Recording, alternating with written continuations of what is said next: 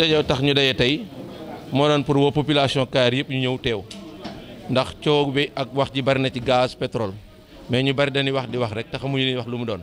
tey ji nag ñun waa Kayar bi ñu demee président woo ñu en tant que maire ñu dem wuy ji ñu waxtaan ci li nga xam mooy contenu local ci pétrole bi nan la pétrole bi na ci askan wi nga xam ñoom la jigee ñoom la sës war ci lan lañ ci war a jariñoo ak entreprise fa nekk lan lañ war a def ci dëkk yooyu bi ñëwee fa la ñu woo waa Kayar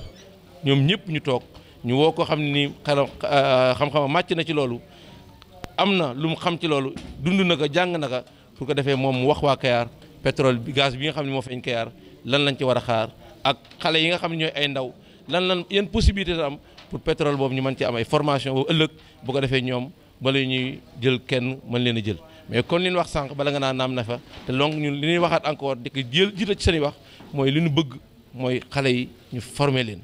xale yi mën a am formation yu baax mën a am formation yu dëgër ba lépp loo xam ne nii soxla nañ ko rek ci loo xam ne nii war naa dérivé ci gaz boobu rek fekk waa Kayar taxaw nañ ci muy métier kon connaisse yi ci am yëpp bëgg nañ waa Kayar daal man ci am ay GIE man ci am ay formation man ci am ay nit ñoo xam ne nii ay xale yoo xam ne xarañ lañu ba bu ko defee duñ jéegaani fenn saa buñ soxlaa rek ñu leen waa Kayar a ngi nii te waa Kayar boobu bu ñëwee mën a répondre ci attente bi nga xam moom lañ am ci moom. waaw loolu déjà ñun am na benn xalaat buñ ci am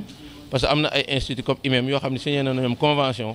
ak ñeneen ñoo xam ni ñu ngi ci réew mi ñoo xam ne signé nañu ak ñoom pour ñu bëgg ñoom ñu bu ñëwee ñu mën a déjà def li nga xam ni mooy orientation ci élèves yi maanaam à partir de la troisième ñu def élève bi yan orientation la war a jël bu nga defee ñoom ñu ma toog mu expliquer xale yi ay spécialistes expliquer xale yi pour mën a def déjà orientation bi nga xam ne nii ñoom mun ko amee série scientifique yooyu surtout comme ni ñu ko waxee ñu gën leen ci orienté gën leen cee poussé parce que yàlla dogal na Kayar wax dëgg yàlla macha allah yàlla na jëm kanam te yàlla bu cat dugg xale Kayar moom fépp fu ñu dem fu ne wane nañ seen xarañte ci seenam jàng loolu nag il faut que nag maintenant ñu orienté leen guider leen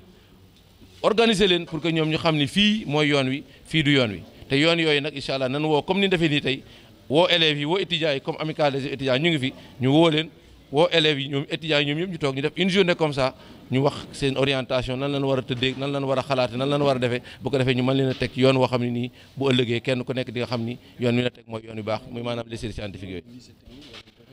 waaw lycée technique moom déjà xale yi demandé nañ ko avec insistance te loolu déjà am nañ un lycée ren lañ la première promotion yu war a def bac ren ji leen war a def bac à Kayar donc loolu mi ngi fi mi ngi ñëw mais aussi on va le demander mooy tax appel de Kayar boobu may wax loolu yëpp dañ ko ciy tënk loolu nag il faut que waa Kayar gépp ñooy daje wax seen xalaat wax seen yéene wax seen mébét wax seen bëgg-bëgg ñu def ko ci ab document jébbal ko président de la république mais woo comme ni ñu woote nii presse bi tasaare ko ci réew mi ñëpp xam ne waa Kayar kat taxaw nañu te lii mooy. Bastien Dramé, je suis expert pétrolier formateur dans les métiers du pétrole et du gaz et consultant international. waaw li ma gën a njëkk a tënk mooy d'abord sama contenté parce que defe naa maire bi li muy conclure ne ma ci Kayar nga bokk situation citoyen d'honneur Kayar bi defe naa loolu ku mu doyal ci àddina dara du loolu ça veut dire aussi que li ñu doon wax amal na leen njëriñ amal na leen njëriñ waxtaan wi mi ngi woon ci dafa am Sénégal dañu am pétrole ak gaz lan la wund lan la ci état bi def lan la ci population yi war a def naka lañ ci gisee seen i bopp ak seen i njëriñ waxtaan bi yëpp ci loolu la woon te waxtaan bi moom la président de la République tënk ci benn këyit bu mu jox assemblée nationale mu voté ko ba mu laajtee ñëpp seen xalaat mooy contenu local maanaam naka la Sénégalais bi di gisee boppam loolu la ñu waxtaanee partagé ko ñu wax lan moo ci nekk lan lay wund lan mooy contenu local lu muy njëriñ nit ñi nag ci laaj yi ñoon laaj gis nañ ni ñu ngi ciy xaar lu bëri loolu ñu ciy xaar nag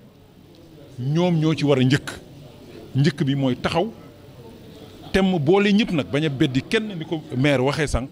ñu waxtaanee mbir mi tënk ko def ko ci këyit wax xale yi ne dem leen formé wu dem leen jàngi parce que kuréel yi ñu jàngee mi fi yoon yi wax nañ ko daal di ne xale yi ndaw yi dem leen formé wu parce que mën nañ ci liggéey xam ni li ñuy wax ay plateforme lu ndaw la ci liggéey bi li ci ëpp mu ngi ci chaîne distribution bi yëpp ci transport bi ci entreposage bi ci stockage bi ba ci encore une fois ba ci distribution bi li des kay mooy ci waxtaan woowu te loolu laay tënkee ci sama xalaat ñu war a nag génnee fa benn projet bu rëy na Kayar mi nga xam ne ñu ngi ko ci tudd te nga xam ne ñu ngi ko créé depuis 1865 suma jumu nga xam ne dëkku boo xam ne dañ ko fële ca France dëkk yi mu gën a méndool defe naa mooy Lorient moom la rëkkalool te du dëkk bu ndaw war nañu seeti ñooñu ne leen ñun kat am nañu pétrole ak gaz kaay leen wax ñu ñun suñu la ngeen ñu xalaatal boole leen ci waxtaan woowu gis nga bu ñu paree projet bi gën a rëy ci pétrole loolu nag mënu ma ko wax waaye naa ci waxtaan ak maire am na ay projets yoo xam ne bu wàccee gën a rëy ci mbir mi war na jóge ci zone impactée yi loolu rek li mu mën a saytu ci liggéey kenn xamu ko nit ñaa ngi xalaat damay dem ci plateforme yi damay dem ci lii bi waaye am na projet yoo xam ne bu ñu toogee xalaat ko daal di ne Kayar lañ koy implanté dem wuti moyens yi defe naa ni incha allahu taala ci sama xam-xam bu gàtt bu ñu ci yàlla dimbale balaa ñu naan exploitation sax Kayar moom commencé te ci gis boppam te defe naa looloo am solo. Je me présente, c'est Ali Ndoye, le maire de Kayar. Aujourd'hui, on a convié un éminent conférencier spécialiste dans le domaine du pétrole et du gaz pour faire une journée de partage avec les populations de Kayar sur le contenu local et les enjeux du pétrole et du gaz.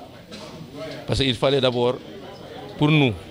informer les populations, les sensibiliser, parce qu'on a pris part à une rencontre organisée par le président de la République pour un partage sur le contenu, le contenu local sur le pétrole et le gaz.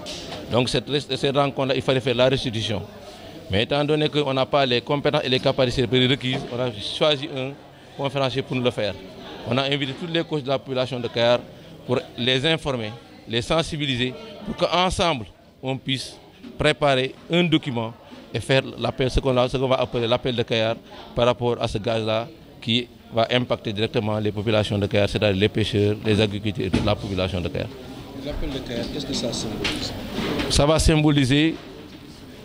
une sorte de mémorandum que tous les gens de Kayar vont se réunir pour dire leurs attentes, exprimer leurs attentes de ce qu'ils attendent du gaz qui est trouvé à Kayar. Donc, cette attente-là, ce n'est pas M. le maire qui va le faire, ce n'est pas le conseil municipal, mais ce sont les populations de Kayar, dans sa globalité, qui vont se réunir, échanger et sortir un document d'une valeur sûre pour montrer que Kayar est présent, que Kayar veut que ces retombées du gaz, que les populations de Kayar voient les bénéfices et que ça puisse développer cette localité-là qui en a tant besoin. Alors vous savez que le Sénégal depuis 2014 avait annoncé des découvertes assez importantes de pétrole et de gaz. Depuis, beaucoup d'eau a coulé sous les ponts. Je pense qu'il est important, il était important, et c'est là où il faut saluer l'action du maire,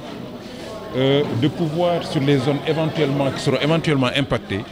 d'apporter l'information juste et vraie. L'information juste et vraie, c'est déjà de faire un état des lieux, de dire qu'est-ce que l'État du Sénégal a fait jusqu'ici depuis 2014. Notamment le cadre juridique et institutionnel, la mise en place du COS-Pétrogaz, l'ITIE pour garantir la transparence dans l'industrie extractive, l'INPG pour garantir la formation, mais surtout tout ce qui est en train d'être fait en termes de perspective et surtout le contenu local. Et je pense qu'aujourd'hui, c'était une journée de partage sur le contenu local, qui me semble être la question fondamentale et essentielle. Parce que ce qui est important, c'est de savoir qu'est-ce que le Sénégalais lambda va tirer de ce pétrole, de ce gaz, et qu'est-ce que les populations, comme des populations de Kayar, où on a découvert du gaz, qu'est-ce que les populations vont en tirer. Et c'est le contenu local qui, dans son élaboration, dans ses 4 principes directeurs et ses objectifs principaux, a montré en quoi il était pertinent d'associer les Sénégalais à l'exploitation du pétrole et du gaz pour qu'ils en tirent le plus grand profit. Aujourd'hui, cela a été fait. Et les questions qui sont sorties de là ont montré tout l'intérêt que les populations ont, mais aussi ont magnifié les attentes des populations par rapport à cela. C'est pourquoi, encore une fois, il faut saluer cette initiative, mais surtout le multiplier des initiatives du genre pour pouvoir informer juste et vrai, pour pouvoir savoir que le Sénégal est à la croisée des chemins et que sa jeunesse a toutes les raisons d'espérer, parce que nous allons entrer dans un cercle extrêmement restreint qui est le cercle des pays producteurs de pétrole, Inch'Allah, à partir de 2021-2022, et que le Sénégal a fait mieux, parce que nous sommes devenus, et c'est ça la vérité, un pays pétro-responsable. Oui, nous avions dit aux jeunes, il faut aller se former. D'abord, il faut s'informer avec justesse, avec véracité, en dehors des considérations politiques et partisanes. Ça, c'est important. Il faut s'informer juste et vrai. Mais il faut aussi qu'ils s'impliquent, qu'ils aillent vers les organismes de formation, mais qu'ils suivent aussi les actions menées par les autorités locales. Parce que le développement d'une localité est une compétence transférée aux collectivités locales. Et c'est autour des maires, autour des conseils municipaux que les choses doivent s'organiser pour pouvoir tirer le plus grand profit des actions de développement qui sont mises en œuvre. Et je pense que c'est de ça qu'il s'agit, et c'est ce que le maire a répété avec éloquence. Et je pense que cela aujourd'hui est un jour mémorable pour Kayar, d'autant plus qu'on a appelé à intensifier les échanges pour enfin déboucher sur ce qui est convenu d'appeler aujourd'hui l'appel de Kayar, qui à partir d'aujourd'hui va faire tache d'huile à travers tout le Sénégal. Nous ne parlerons que de l'appel de Kayar, qui est en rien d'autre que l'implication des populations de Kayar dans l'exploitation, leur implication responsable, mais l'implication responsable de leurs autorités municipales qui s'engagent à se réunir en unifiant toutes les forces vives de Kayar pour réfléchir et donner des recommandations aux autorités compétentes pour dire voilà la position de Kayar. Je pense que c'est une initiative à saluer.